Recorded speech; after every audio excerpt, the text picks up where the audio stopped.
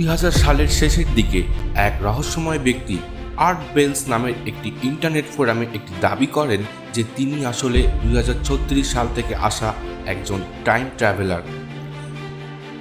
Time মেশিনের কিছু ছবি ও ডিজাইন শেয়ার করেন যা IBM 5100 কম্পিউটারের বিশেষ এক কোড ব্যবহার করে কাজ করে। কিন্তু কেন লোকজন তাকে বিশ্বাস করতে শুরু করলো? জন টাইটার IBM 5100 কম্পিউটারের এমন এক কোড সম্পর্কে বলেন যা সেই সময় পর্যন্ত গোপন ছিল। প্রশ্ন হচ্ছে, এই কোড জন টাইটার জানলেন কিভাবে?